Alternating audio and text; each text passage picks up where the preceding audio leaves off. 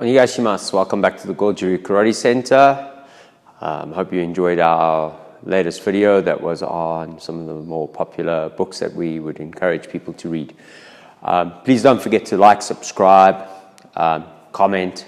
We love the comments. And whether it is just a thank you or it is a question, you'll always get an answer. And we work towards making sure that we try and cover some of the questions that come from various commentators. But also, if you would like to learn a little bit more, please go through and read. We have some fantastic commentators who are leaving abundant information, and it is invaluable information. I think sometimes the comments are worth more than the content in my videos. So to those of you who comment on a regular basis and actually give us the most amazing feedback, thank you very much. I'm sure Zoe will edit in a couple of names at this point. I'll do so for all of you who comment, thank you. We really do appreciate it, and we are learning as much as we are trying to put information out there. Arigato.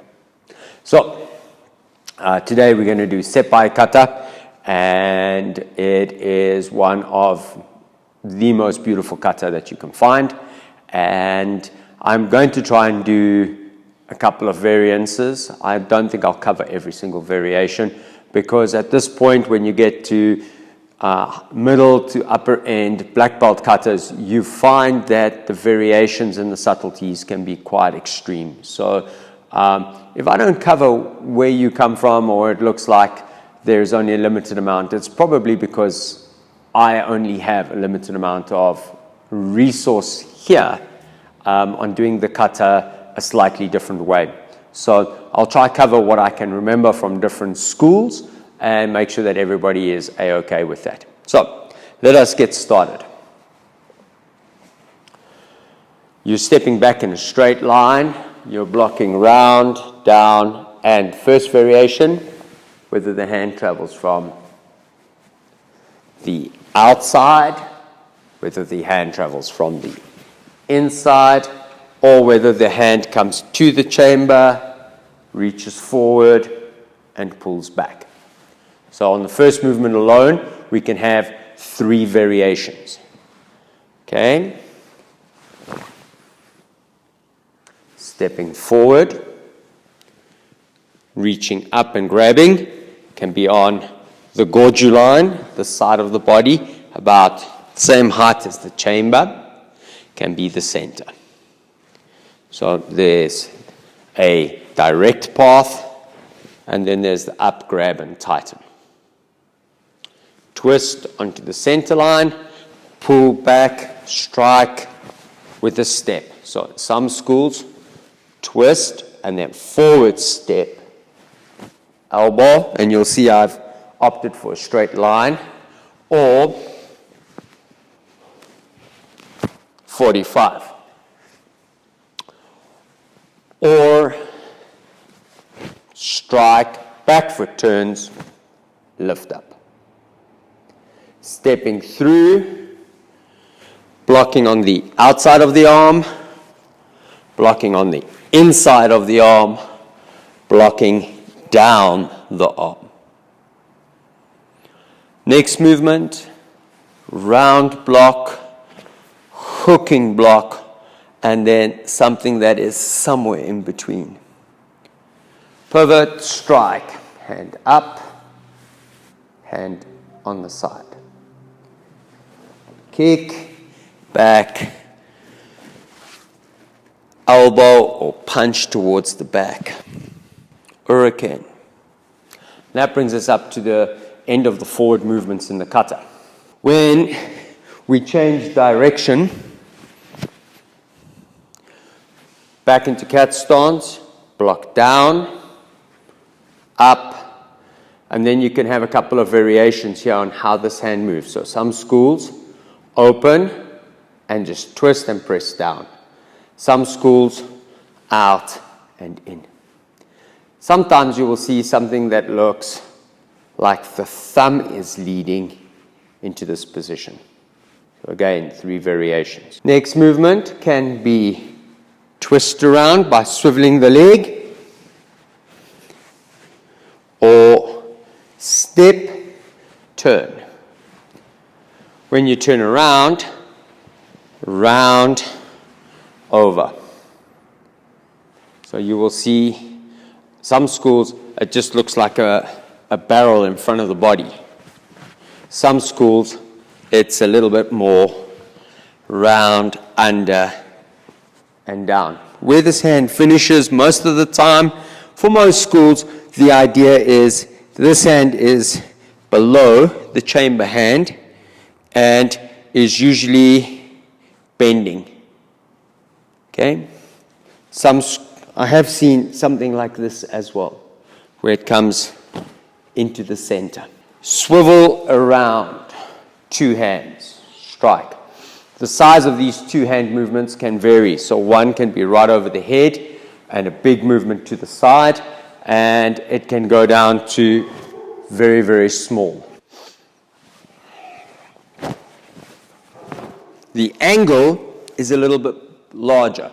So when we do the turn on the arm break, if I am facing, I'm going to do this sideways, if I am facing this side and I am here and I turn, I do a 180.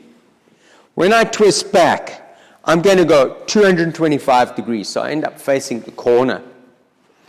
Okay? So in line with the kata, I'm going to end up facing the back corner. Once I have turned, I'm on this move again, and this hand stops. There are solid sop and with a very large flicking motion. The next series of movements, obviously on the 2 diagonals to the back corners, can again have a couple of variations. So there is the sideways push, there is block and across the body. There's the idea that you possibly will twist your body, move along the line, and start with this, but as the body straightens and you ground into the stance, you will press over. When I finish in Assumption Dutch, some schools will encourage center line. Some schools will work towards being outside the line. So again, that Gorju line, basically from the ears down to the hips. The hand is past that, which means the attack is deflected, and this hand is deflected here. Okay?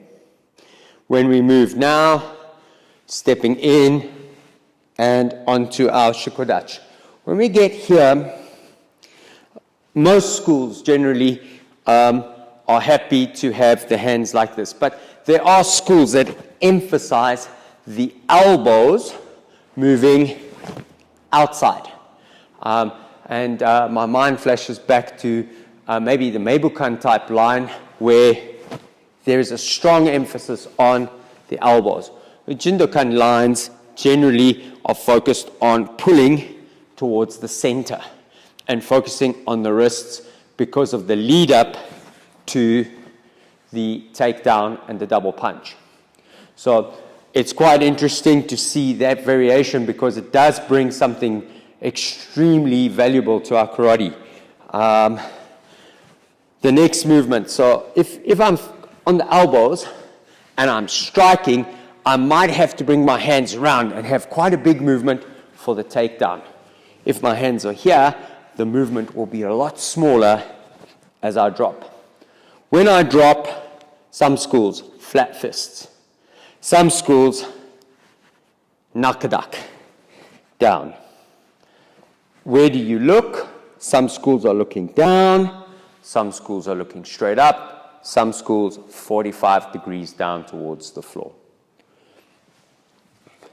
Step back, get umbarai, get umbarai, get umbarai. Again, do as your school or as your sensei says.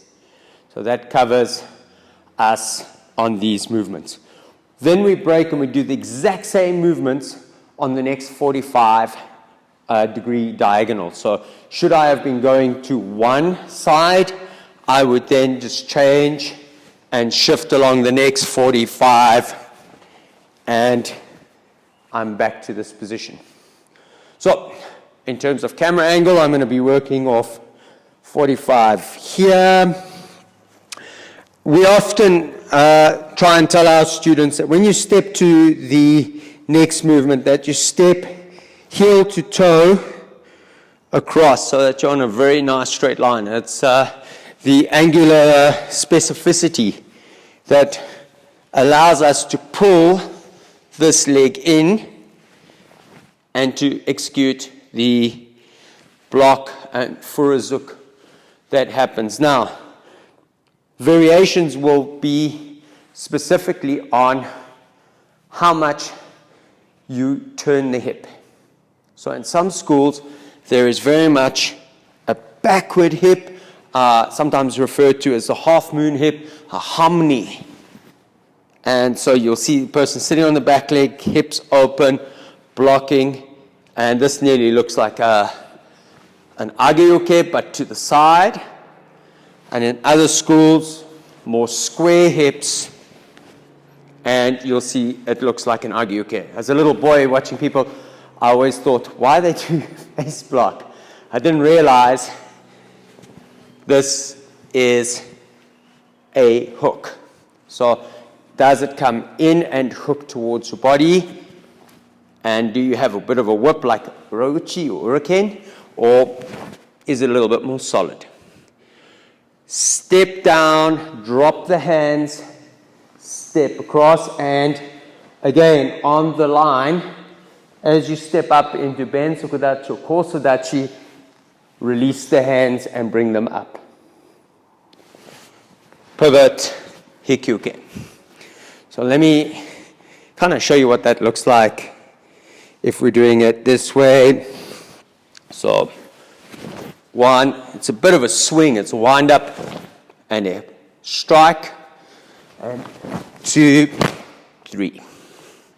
Hikyuke, pivot. Now, some schools will have something that's more like a Hanzen Kutsudachi and the arm going down, and then the Hurricane, and then back to Churanuke. Some schools will keep Sanchindachi. 1, 2, and 3. So there's variation in stance already. Hand pattern. So from here, some schools travel down parallel to their feet once they've pivoted. And some schools will travel perpendicular. So when it comes down, some people only a fist. Sometimes kind of half fist, like a bear paw or lion paw, like this. And then as the hand kind of knocks into the groin, the fist closes and the hurricane happens. So 1, 2. Some schools, the idea is this is a Gedambarai and then an hurricane. 1, 2. We tend to, in our school, think of the human seesaw, testicles, nose. And then use the pivot to help create a good block. This is quite a rarity in Goju, that you are in Sanchin, but blocking with the opposite hand. Most of the time we block this way. So it's a rarity, and what you want to do is you want to make sure that you twist your hip square. It doesn't make sense to have the hip back. You want to square up so that you can have a good block. Kick and pull, punch. So if I'm doing it this way, make sure that the leg goes back and that the hip helps drive the punch. This hand, pull to your center line, and Urazuke. Okay, and we're going to repeat this to both left and right sides. So I'm going to go from this position here.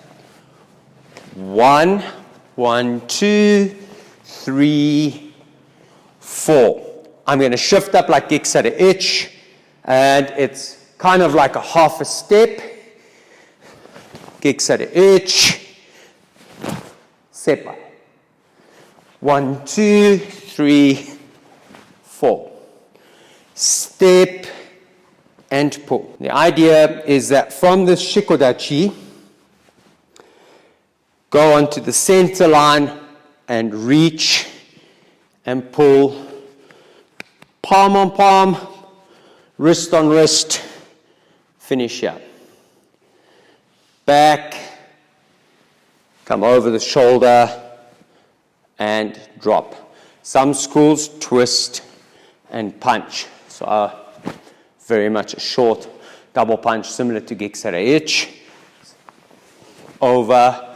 Some schools bring and pull in. So some schools show the inverse bunkai of Washuke. They twist the arms, bring the person in, and then strike. Everybody generally strikes the same at the end, except maybe Gojukai, where they will do something that resembles a punch. So sometimes in Yamaguchi line, you see something like this. But strike and finish. Open the hand and bow. Obviously, the ending, depending on what signature is at the end for your style. So that's a basic idea of Seppai Kata.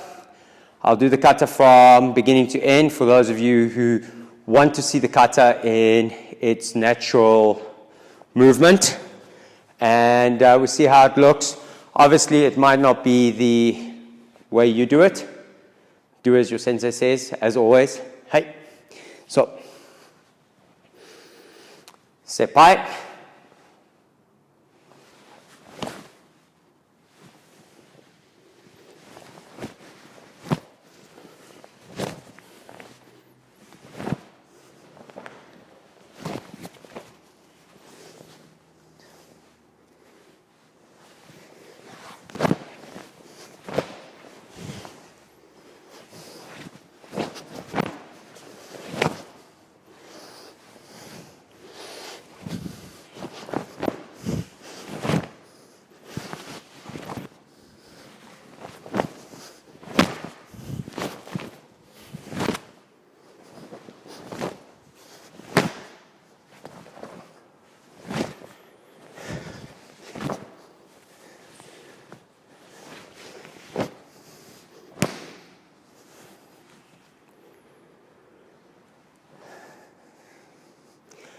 Final note, kiai. Some schools on the double punch, some schools on the Urazuke, and some schools on the last movement. Do what your dojo or your sensei says. Arigatou gozaimasu. Thank you very much for watching. Sayonara.